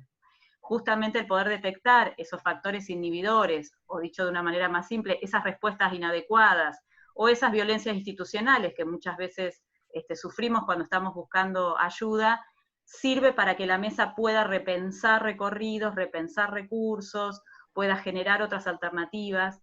Así que bueno, es un espacio que para nosotras es sumamente valioso y que estamos acompañando y fortaleciendo, no solo en ampliar esta composición que yo mencionaba, sino también en ir instalando y también ir escuchando las temáticas. Las mesas locales están discutiendo no solamente los abordajes de la violencia por razones de género en el ámbito doméstico, en el ámbito de los vínculos más cercanos, más íntimos, sino también están hablando de ILE y están haciendo comunicados indicando la necesidad de consejerías en determinados distritos, ¿no?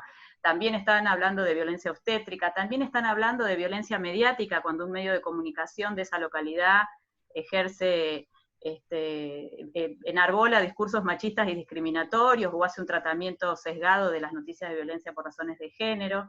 Es decir, empezamos a ver cómo plantean las cuestiones de la ruralidad, que esto también es bien interesante, ¿no? No lo dije al principio, pero la pandemia y la ruralidad también fue otro de los desafíos que tuvimos, ¿no? Cómo llegar a aquellas personas que están en lugares donde el acceso a los recursos del Estado no son sencillos, no son fáciles, donde están a kilómetros de la comisaría más cercana, que era una dificultad que existía antes, pero claramente en el contexto de la pandemia se agravó, ¿no? Entonces, bueno, las mesas son un espacio interesante, digo, en esto, y bien diverso en cuanto a las temáticas que empiezan a plantearse y a discutirse, y cómo empiezan a elaborarse guías de procedimientos locales y de abordaje de las violencias. Así que, bueno, esa es otra de las estrategias que además en el marco de la pandemia y a partir de por ahí poder recurrir a la virtualidad, las mesas rápidamente empezaron a reunirse. Punto 1, para actualizar el recursero. Bueno, lo presencial está complejo. Bueno, ¿cómo podemos hacer la denuncia? ¿O cómo podemos solicitar las medidas? ¿O cómo va a ser la intervención del área género de cada municipio? Es decir, todas estas preguntas generaron que las mesas empezaran a reactivarse para poder revisar esta nueva realidad que nos planteaba el ASPO y poder repensar, digamos, esas respuestas. Y otra cosa que sí quería mencionar también es que otra de las líneas de trabajo en esta articulación, además de lo que ya mencionamos en relación al resto de los ministerios, también tenemos una línea de fortalecimiento a lo que son las áreas género locales. Nuestra ministeria, muy nuevita, no tiene sedes, digamos, o territoriales. Las mesas locales y las áreas género son nuestros espacios privilegiados de articulación. Entonces, estamos yendo por la conformación de área género en todos los municipios y por la jerarquización de área género en los municipios donde ya había, y vamos bien, les voy a decir, porque estamos avanzando en eso, y entendemos que ambos espacios, la mesa local y las áreas género, son las vías privilegiadas para la implementación de los programas que vamos desarrollando, que estamos desarrollando a lo largo de este primer año de la ministeria. Bueno, en términos de salud, nosotros tenemos nuestra pata territorial, digamos, es a través de las regiones sanitarias, ¿no? Las regiones sanitarias son, digamos, la pata territorial donde nuestra llegada a través de los referentes regionales, cómo llegan, digamos, a los a los referentes municipales y a los territorios concretamente. Y en ese sentido, como decía Leticia, es decir, la diversidad de los 135 municipios en cuanto a recursos, lo que hizo la pandemia justamente en este rediseño de recursos fue en esa comunicación, es desarrollar estrategias locales que dieron cuenta, yo comparaba la posibilidad que nos daba el Planeña, que sí tiene una llegada territorial y que está pensada intersectorialmente, nos dio la posibilidad de generar esas mesas territoriales que pusieron en evidencia que es una estrategia interesante para, un modelo de gestión interesante, ¿no es cierto?, para implementar, digamos. Hacia adentro del ministerio también tuvimos una mirada intersectorial, las direcciones de adolescencia, de niñez y adolescencia, de salud sexual, de perinatología, de el programa de género, de diversidad, digamos, nuestra manera de pensar hoy, estábamos pensando, digamos, en el año que viene para hacer actividades mucho más integradas de las que estamos desarrollando, se generaron dispositivos, digamos, académicos también desde la Escuela de Gobierno, que se pensaron también en términos intersectoriales, y después la participación en las mesas, digamos, estamos participando con otros espacios, en temas específicos, como les decía recién, en violencias en las niñeces, generando un documento, ¿no?, un protocolo, guía de abordaje de esas situaciones. La virtualidad digamos, generó esto que decíamos, facilitó, no sé, en un día hacer no sé cuántos Zoom, ¿no?, algo impensado en la presencialidad. La virtualidad nos generó una dinámica, ¿no?, de comunicación impresionante, y la verdad que eso fue algo positivo, de conocimientos impensados en otro momento con personas que nos ponemos en contacto, que de otra manera quizás no hubiera sido posible. Así que eso también, me parece que la virtualidad como nos puso una herramienta más, ¿no?, o confirmó la necesidad de este trabajo intersectorial, interjurisdiccional, colectivo, sostuvo esta necesidad de qué es la manera del trabajo. Bueno, creo que nada más para hablar de esto de la intersectorialidad y el intercambio entre diferentes espacios. Estaba por ahí dos conceptos clave que también me parece que tienen en común en relación a esto de la intersectorialidad. Leticia mencionaba los recurseros, reconocer los recursos locales, y me parece que eso es algo presente también en ambas gestiones, esto de pensar, y sobre todo en la urgencia, cuál es la respuesta más apropiada, y que la respuesta sea del territorio, y en eso poder reconocer desde la gestión central, digamos, cuáles son esos recursos que tiene cada territorio para poder responder. Por ahí. Y después otra cosa que me pareció clave, lo de la hoja de ruta que mencionaba Leticia, o sea, pensar estas respuestas apropiadas o inapropiadas. Lo pensaba desde salud también en términos de accesibilidad en sentido ampliado, desde ese recorrido que hacen las personas y que hacen las mujeres por las distintas instituciones. Entonces me parece que ya pensándolo desde ahí, desde esa hoja de ruta, es inevitable pensar como las distintas instituciones por las que pasan y las que la pueden alojar o expulsar. Entonces me parece que eso también, ese concepto marca como la transversalidad del trabajo, o por lo menos la transversalidad necesaria para esa propuesta de abordaje. Sí, esos recorridos, exactamente, ¿no? Y que en salud también son clave, ¿no?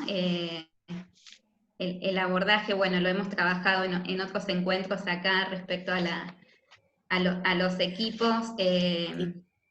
Sí, y esos recorridos, digamos, en definitiva esa construcción de redes, si querés, y esos recorridos después se transforman en redes, y esas redes se institucionalizan, digamos, ¿no? Y logramos institucionalizarlas, digo, ese es sería el camino, ¿no? Esto es lo que va marcando ese camino, ¿no?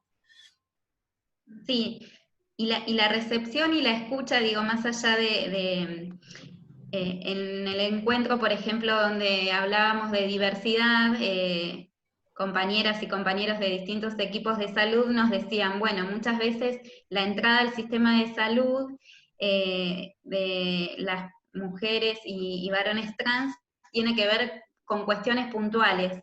Y después cuando en ese espacio se abre la escucha, se hace un abordaje integral de la salud, y por ahí la entrada es en ese consultorio inclusivo o ese consultorio que está identificado como inclusivo, como diverso, y hay un equipo especializado en tratamientos de hormonización y demás, pero la consulta tenía que ver por cualquier otra cosa que hace a la salud integral o a la salud mental de las personas. Entonces, como también es clave en esa hoja de ruta la recepción. Sí, Lucía, ¿querías agregar algo? Ahí te veo en pantalla. Hola. Sí, no, qué gusto escucharlas. La verdad que me quedo como sin palabras por momentos de cosas que había estado pensando en dialogar, ahí las fui escribiendo en el chat igual un poco. Pensaba en esta frase de Audre Lorde que dice que las herramientas del amo nunca desmontarán la casa del amo, y que entonces esto, ¿no? Tener un lugar en un ministerio, de pronto, ¿no? En el lugar que tiene el Estado también en la reproducción de un paradigma, ¿no? Esto, colonial, patriarcal, del capitalismo. Entonces, ahí esta transmisión que nos están haciendo en este seminario sobre la dinámica que ustedes encuentran para metodológicamente, es decir, o sea, una praxis en la cual se articulan, ¿no? Los conceptos, las visiones, una lógica de trabajo, y logra entonces, bueno, otro territorio, ¿no? Como una desterritorialización de unas lógicas para entonces construir en esa misma desterritorialización otra territorialidad, y la posibilidad de que esos cuerpos, ¿no? esos cuerpos colectivos, esas demandas, tengan entonces una viabilidad. Y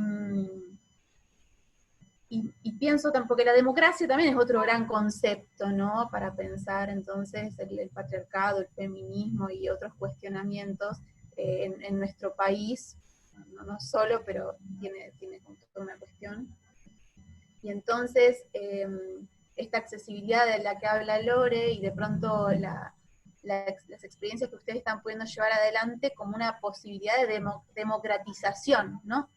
Porque ¿qué es la democracia? Sino la posibilidad también de la palabra, de escuchar al otro, ¿no? En un momento, ¿no? donde la segregación de lo diferente es una forma de violencia, ¿no? El efecto, ¿no? de lo que nosotras conceptualizamos como las violencias. Y de la mano de esto, ya que tomé la palabra, voy a extenderme un poquito, como una pregunta en realidad también, sobre qué lugar tiene, o ha tenido hasta ahora, o nos puedan compartir, sobre lo que hace a la especificidad. Si bien nosotros entendemos la complejidad y la integralidad, hay algo específico por ahí del lado de la salud mental. Nosotros justo ahora estamos discutiendo en el hospital, en el monovalente, en el manicomio de Romero, sobre la desmanicomialización, y justamente es el tema de nuestro próximo encuentro de seminario, sobre la salud integral y los contextos de encierro. Y como sabemos que los encierros son múltiples, más ahora con estos aislamientos que hemos sufrido en nuestros cuerpos, ¿no? También. Bueno, les quería preguntar si ustedes tienen en los equipos esta perspectiva de salud mental, si hay especificidad por ahí en relación a generar accesibilidad, o en estas hojas de ruta, si de pronto está contemplada también esa problemática. Uno puede incorporar, esto te lo digo súper off the record porque en realidad no. Ahí está. Pensé que era un aporte. No. Lógico. Bueno, eso, que de pronto, bueno, tenemos una gran cuestión ahí también con los recursos, ¿no? Con la red comunitaria que sustituye a estos espacios donde se reproducen formas de violencia no solo hacia las mujeres, pero que están institucionalizadas hace mucho tiempo, y esos desafíos en el 2020 también están, bueno, a la orden del día.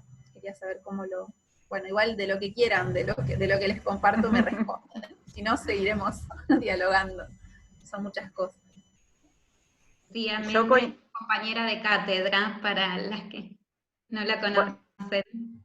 Coincido con el señalamiento de la pandemia como algo que nosotras podemos leer como positivo en cuanto a que facilitó y aceleró algunos procesos y nos permitió desarrollar algunas herramientas, digamos, en eso que vos decías, coincidir absolutamente que particularmente la ministeria y en general, creo yo, las feministas en la gestión es producto del movimiento, y me parece que el desafío ahora es la construcción de una institucionalidad que trascienda y que se institucionalice, pero que también pueda garantizar esos momentos de tensión, de discusión y de revisión, ¿no? Como, bueno, lo instituido y lo instituyente, que eso permanezca, digamos, como un movimiento que no se obture, porque me parece que ahí también, y esto hablábamos antes de empezar con Mara, ¿no? Cómo construir política pública feminista es un desafío, porque no es construir política pública nada más, digamos, ¿no?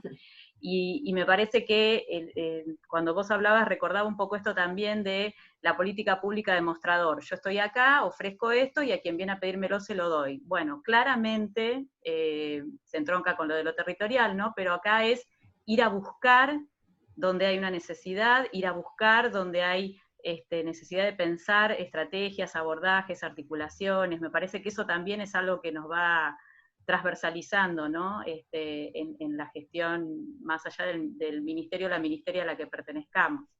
Y en relación, por ahí tomo esto último que decías, para contarles que algunas de las cuestiones que, en esto que yo les decía de repensar los hogares de protección integral y repensar los abordajes en las violencias, los hogares de protección integral para víctimas tienen que ser el último recurso. Nosotros no podemos encerrar a una víctima que sufre violencias por razones de género en un dispositivo, sino que tenemos que evaluar cuidadosamente si esa es la opción más adecuada, digamos, para su situación.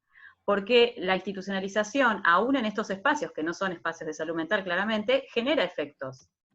Y porque además, históricamente, los hogares han sido utilizados como las formas de tapar insuficiencias en otro tipo de respuestas. Y quería mencionar algo que vi que estaba en alguna de las preguntas del chat, creo que ya pasó, que cuando hablamos de abordaje integral, nosotras desde la ministeria también estamos incorporando las masculinidades. Históricamente la carga sobre todo lo que tenía que ver con la hoja de ruta, la búsqueda de ayuda, la gestión de recursos, digamos, todo caía sobre los hombros de las víctimas, en tanto que los agresores, las personas agresoras, quedaban como exculpadas, digamos, de cualquier tipo de tarea, ¿no? Entonces ahí tenemos también una línea de trabajo que también tiene que diferenciar, porque nos parece que eso es importante decirlo, aquellos agresores que han cometido delitos, que han cometido hechos graves, y que requieren la sanción, que requieren la intervención de la justicia, que requieren que haya una ley que opere devolviendo el lugar de responsabilidad en relación a los hechos que cometieron. Sabemos que las personas agresoras lo primero que hacen es adjudicar la responsabilidad a otra cosa que no son ellos. Y entonces ahí tenemos líneas de trabajo que van desde las articulaciones con justicia y con seguridad, hasta la imposición de los dispositivos duales o tobilleras, bueno, distintos programas. Y por otro lado también hay una dirección de masculinidades que está trabajando en todo el proceso de deconstrucción, es decir, generar espacios para debatir, discutir, tensionar las masculinidades hegemónicas. Se puso en marcha como una primera experiencia de una línea telefónica de atención, que bueno, está dando sus primeros pasos, veremos cómo va funcionando, y es la idea el año que viene poder expandirla, porque por ahora está geográficamente tiene un ámbito acotado, digamos, de llegada, pero bueno, tiene que ver con esto también de poder abordar lo que ocurre con las masculinidades, tanto con los agresores como, con los agresores diríamos declarados, como con la revisión de las masculinidades hegemónicas que sabemos están atrás del ejercicio de las violencias en sus distintos niveles, ¿no?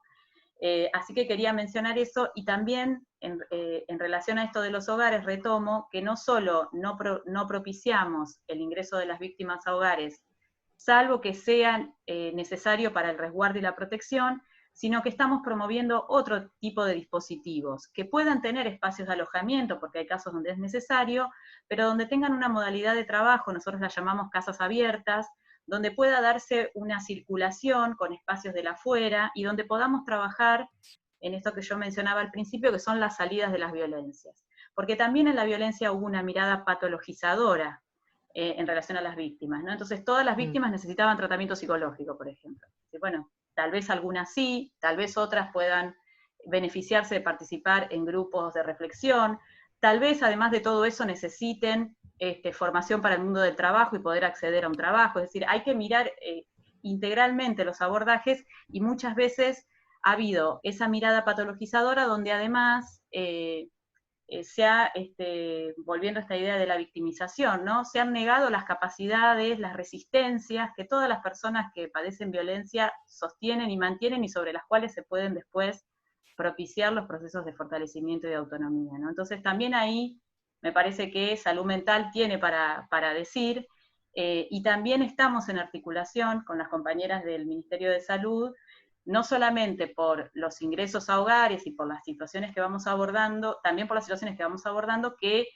la violencia de género a veces viene también conjugada con alguna forma de padecimiento mental. Entonces ahí tenemos que pensar en abordajes que atiendan esa complejidad, y claramente siempre en el marco de la Ley Nacional de Salud Mental, digamos, ¿no? En eso está claro también como marco normativo, ¿no? Así que bueno, mencionar esto, que lo pensamos en relación a nuestros hogares, que lo pensamos en relación a los abordajes, y que también tenemos mesas de trabajo funcionando con el Ministerio de Salud sobre esto.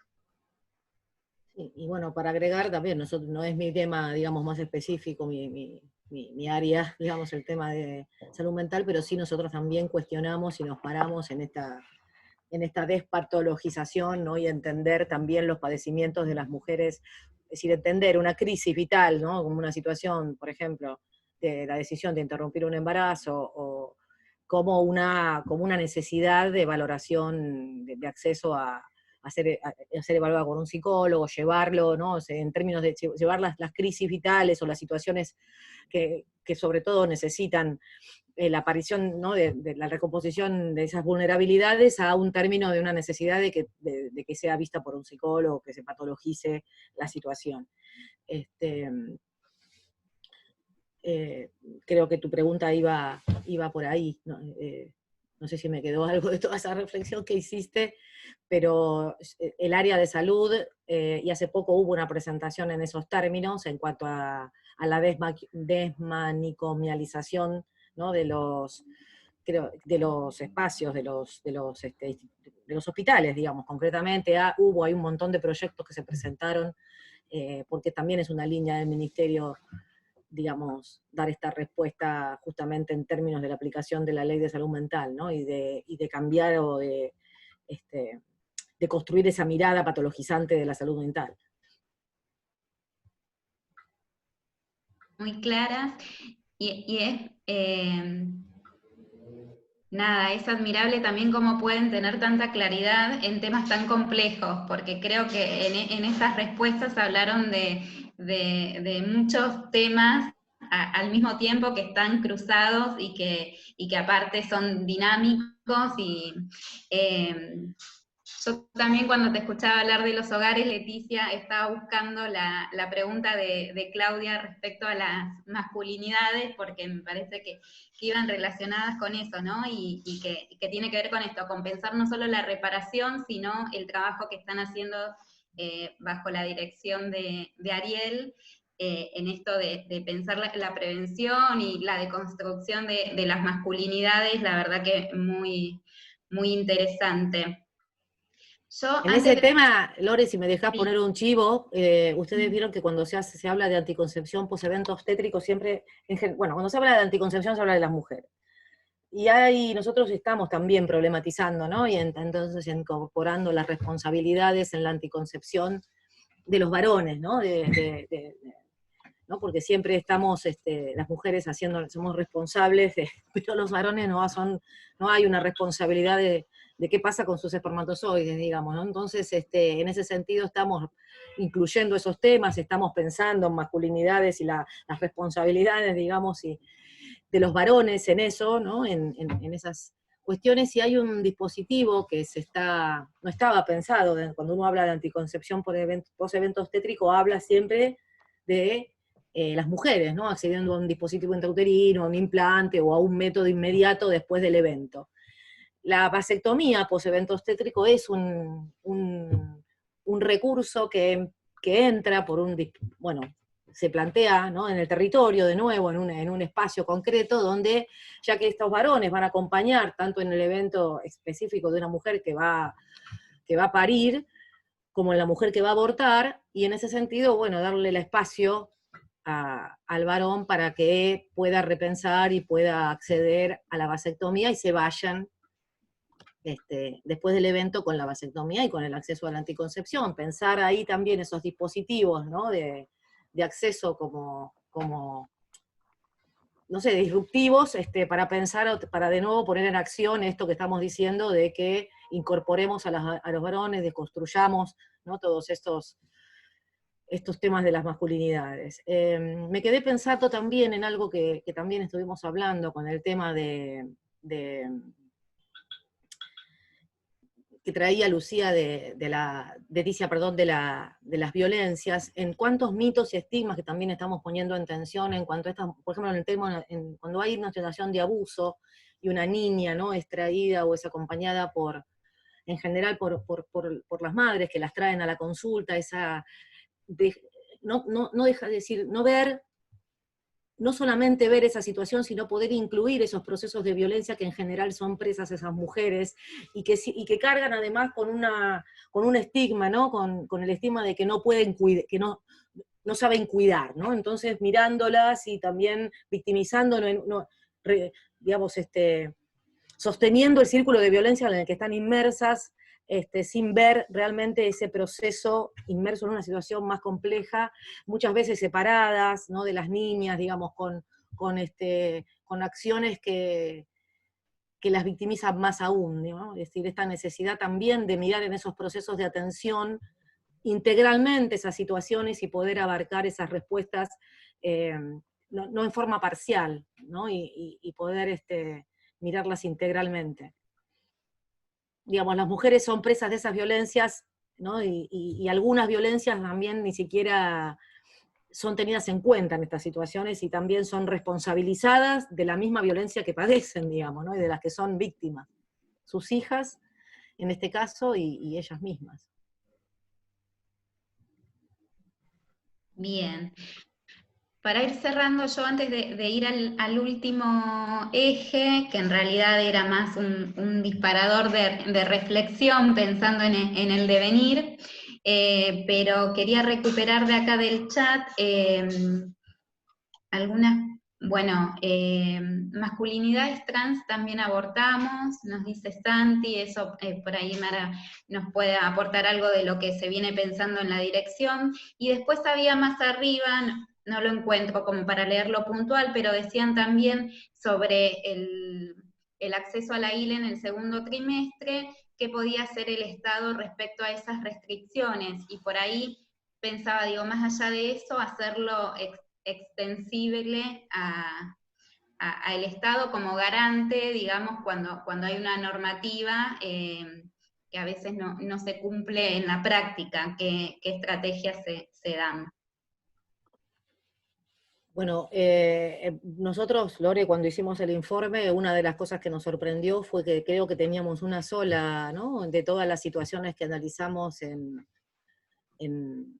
cuando recuperamos la información de los procedimientos que se hacían, un solo caso tuvimos, y eso nos llevó a la reflexión de la necesidad de que hay que tomar ese tema y y ver junto con los equipos estas situaciones que demandan acciones dentro de la dirección. Hoy hablamos de menstruación en personas que menstruan, porque como dijimos, no solamente las mujeres menstruan, digamos, incluyendo siempre, ¿no? Todas las en forma diversa, las disidencias, nunca dejamos de pensar. Y me preguntaste lo del segundo trimestre, una de las situaciones que estamos, desde el punto de vista de la accesibilidad a la IDE, hay varios dispositivos que encaramos para garantizar el acceso, fortalecimiento de los equipos, las capacitaciones, las sensibilizaciones, digamos, esto se está trabajando mucho en sensibilización de equipos en cuanto al segundo trimestre, es decir, en cuanto a poder garantizar el acceso al segundo trimestre. Nosotros tenemos un sistema de causales y esta situación con los equipos que tienen que transitar la interrupción legal del embarazo, de embarazos más avanzados, se está garantizando el acceso, digamos, en términos de seminarios, de espacios de reflexión, acompañando los procesos de los equipos, inclusive también generando dispositivos de atención, de reflexión colectiva, digamos, cuando tenemos un equipo que tiene una situación determinada, hacemos reuniones, ¿no es cierto?, con los equipos, acompañando desde las direcciones, inclusive compartiendo con otros equipos que tengan experiencia. Hemos generado espacios de acompañamiento para poder garantizar, y después hay dentro de la Dirección de Salud Sexual dispositivos de capacitaciones en servicio, digamos. Hay dispositivos de capacitación en servicio para la práctica, para justamente cuando se reconoce una situación que el equipo no puede atravesar, reconocer los problemas, y una de las posibilidades es acompañar desde la dirección en capacidad técnica, digamos, atendiendo las diferentes necesidades, tanto técnicas como de reflexión de los equipos para poder atravesar y dar respuesta a la situación. Es un punto que está tomando directamente la dirección. Nosotros entendemos también que la cantidad de situaciones de segundo trimestre va a disminuir, porque la mayoría se hace en el primer trimestre, digamos. Cuando nosotros podamos garantizar el acceso de las mujeres oportuno, ¿no?, a los servicios de atención en el primer nivel de atención, la necesidad del segundo trimestre va a ir más limitado. Hoy lo que vemos es que las mujeres llegan con una edad gestacional y terminan dando vuelta para acceder a una práctica que habrán individualizado mucho antes. Así que uno de esos es fortalecer justamente esos recursos a nivel del primer trimestre con capacitaciones, y otro es, sí, obviamente, desarrollar, y estamos desarrollando también actividades de capacitación y sensibilización en aquellos equipos que tengan que dar respuesta en el segundo trimestre, porque siempre va a haber necesidad de dar respuesta en el segundo trimestre, ¿no? Siempre va a haber alguna. Así que la dirección está absolutamente, no solamente en estos términos también, pero sino también en términos políticos, como hay que desandar ciertas lógicas y ciertas prácticas, digamos, yo digo, de impunidad, ¿no?, donde esto no lo hago, esto no se hace porque no se hace, digamos. También es una decisión política desde la dirección de atravesar esas situaciones a través de la dirección de hospitales, digamos, con recursos, como para que establecer, porque tenemos decidido entender que la práctica de la interrupción legal del embarazo es una práctica igual a otra, digamos, es una práctica más. Así que en ese camino estamos. No es un camino rápido ni es un camino sencillo y fácil, pero es la primera vez que el Estado toma una decisión, digamos, tiene la decisión de llevarlo adelante, ¿no?, y que los equipos tengan que dar cuenta de por qué no lo hacen, digamos. Eso también es una ardua tarea, pero es una decisión política, que no se va a resolver quizás con la velocidad que todas y todos queremos, pero que estamos en ese camino. Y merecemos también. Y merecemos.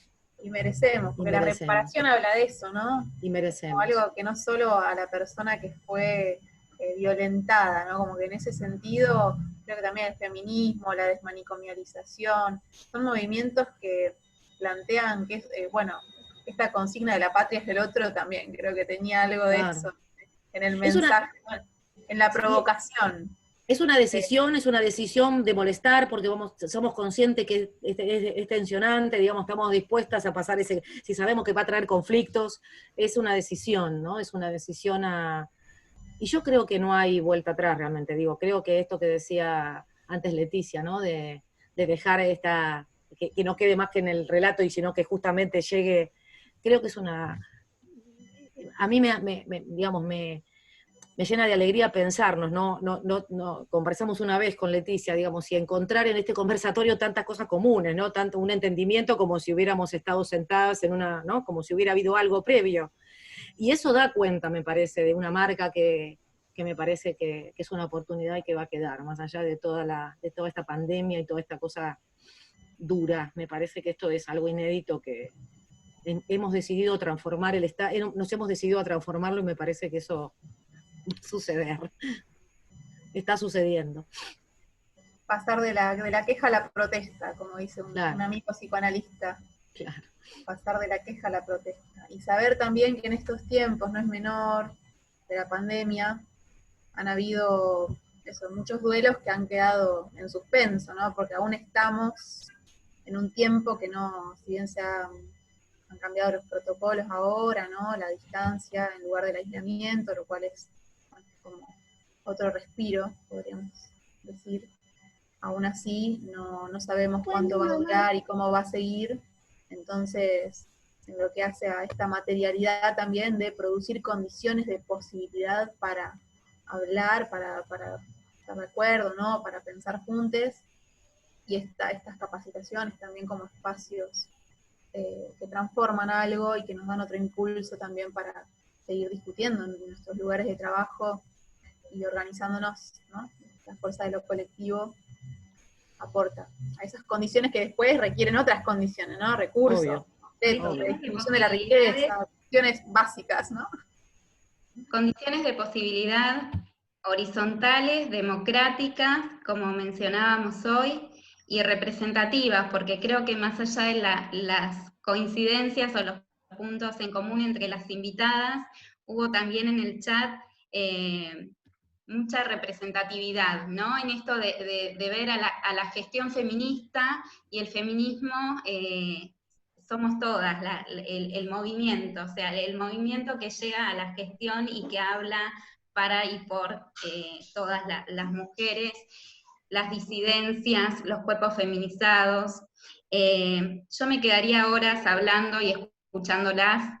Creo que todos estamos muy entusiasmados después de esta charla, pero bueno, no quiero robarles más tiempo, sé que tienen otros compromisos, así que para ir cerrando, el último eje tenía que ver con las expectativas o cómo pensar el futuro. Por ahí la propuesta que podemos hacer es que en una palabra o en una frase nos planteen ese futuro como desafío, y con eso cerrar y despedirnos nosotras hasta el próximo encuentro, y de nuevo agradecerles por el tiempo y por los aportes que con tanta claridad nos compartieron. Por mi parte, nada más. Muchas gracias. Bueno, yo aclarando que para nosotras que tenemos ministeria, el cielo es el límite y somos muy ambiciosas, la expectativa es que caiga el patriarcado, claro, y que además va a suceder porque el movimiento feminista y de la diversidad van a lograr que eso suceda. ¿Qué más se puede decir a lo que dice Leticia? ¿Qué le puedo agregar? Es eso, estamos absolutamente en la misma conexión. Sí, garantizar un acceso equitativo y justo, y eso va a tener que ver con que se caiga el patriarcado, y sin dudas ahí vamos, y creo que no hay vuelta atrás, será. Gracias de nuevo, y vamos por eso. Muchas gracias, hasta la próxima. Gracias, chau, gracias a todos. Hasta que caigan los muros y los encierros. Se va a caer, se va a caer. Se va a caer.